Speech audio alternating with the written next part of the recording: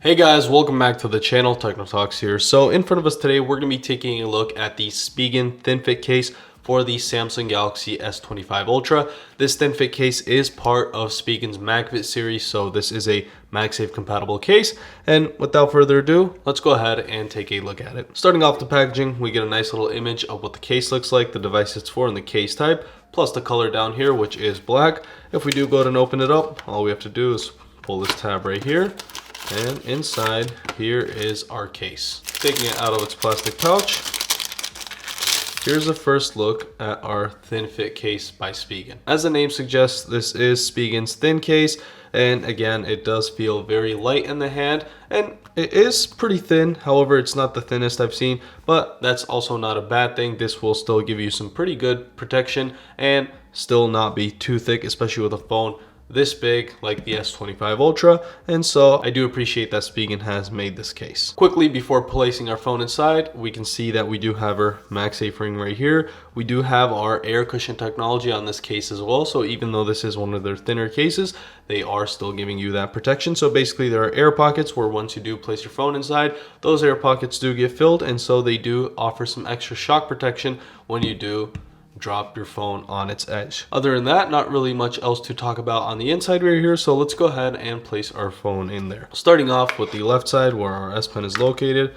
and then just pushing down, boom, that is a nice and tight fit. So very nice and snug, and it is looking really nice. So before actually taking a look at this case, I am noticing that we are already getting some fingerprints on there. So my hands aren't very greasy right now, but it does seem like this is going to be a fingerprint magnet. I haven't used one of their thin fit cases in a while now, so again, I'm not exactly sure how well this is going to perform, but right away I am noticing those fingerprints right there. But other than that, let's move on. So taking a look at our camera lens protection, it's not too thick. We still do have a little lip that's going above the lenses, so if you do drop it on its back, those lenses should be fine. But again, this isn't the best I've seen. They do have some better offerings for that. However, since you are going for a thin case like this, you might not be looking for the best protection. As for the cutout, we do have two pill shapes right here, which is looking really nice. Sometimes they do go ahead and cut the whole piece out, so it's like a P shape. But again, some people do like this, some people like that. I do think this looks pretty good.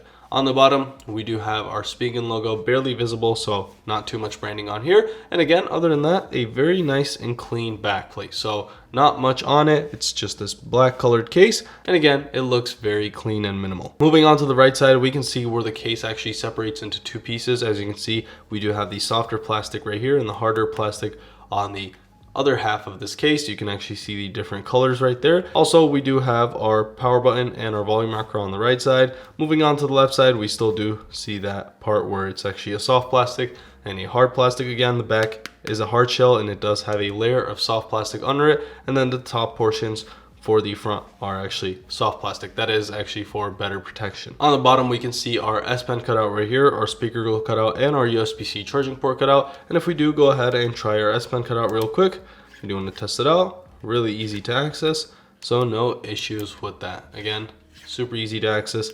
Sometimes some case companies, they're a little too thick and they don't really make a great cutout for it, and so you're not able to use that S Pen as easy as you would like. Finally, up top, we do have a cutout for our microphone. Moving to the front, we actually do have a fairly large lip covering the display. Spigen is not slacking in terms of protection for the front. This is looking really good, and it's actually better than some other cases I've seen. Even though this is their thinner cases, you are getting a fairly large lip, so if you do drop it on its face, it should be fine in most circumstances. And again, if you do place a screen protector on there, it still should be fine because of how much protection there is on that front display.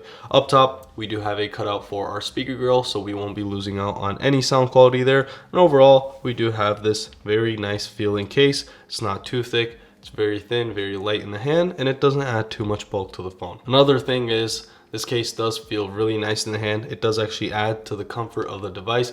The device itself is not too bad, especially with the edges rounded off this year. But again, the side rails being flat, it does sometimes push into your palm, and that does get annoying after a while. But again, with a case like this, this does add some extra comfort, and again, the grip is pretty good. Moving on to the buttons, I do want to quickly do a buttons test. So the buttons are a very important factor for me when actually purchasing a case. I do like when buttons are easy to click and they're very tactile, unlike some cases which are actually harder to click. It's not really a problem, but it does get annoying after a while, and so not having that in the first place is the better option for me. So starting off the power button in 3, 2, 1.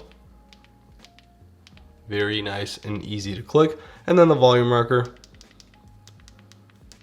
Again, very nice and easy to click. So it's nice to see that Spigen has done a great job with their thin fit case right here. Finally, I do want to test out the MagSafe strength on this phone. Again, this is a MagSafe compatible case. So I do have this power bank right here, and if we do plop it on, we do have obviously our wireless pass-through, so no issues with that. And if we do a nice little shake test in 3, 2, 1, we can see that it does slide off. So the magnets aren't the strongest. You can actually feel that they're not the strongest. Some cases they really do stick on there, but this one, it doesn't feel that strong. And again, that might be a problem for some users, especially if you're carrying maybe your wallet on there with an ID. Again, I don't think it will fall off in most scenarios. This is a pretty large power bank, and again, it might slide off easier. But with the wallet, you might have your ID in there, you might have some credit cards, and dropping it when going somewhere might be a problem for you. So this might not be your best pick in terms of MagSafe strength. Again, it's not bad, it's still decent. It'll hold on to your products. They're not just going to slide off randomly, but as you saw, it does come off pretty easily compared to some other cases that I've tried. And so this doesn't have the best magnets, but again, that shouldn't be something that'll push you away from purchasing this case, because the magnets are still fairly decent. They're not the best, as I said, but your products aren't just going to fall off of your case. So that will basically wrap it up for this video. As always, if you did enjoy this video, make sure to like and subscribe. And again, if you do want to check this product out, there will be a link in the description. So see y'all in the next one.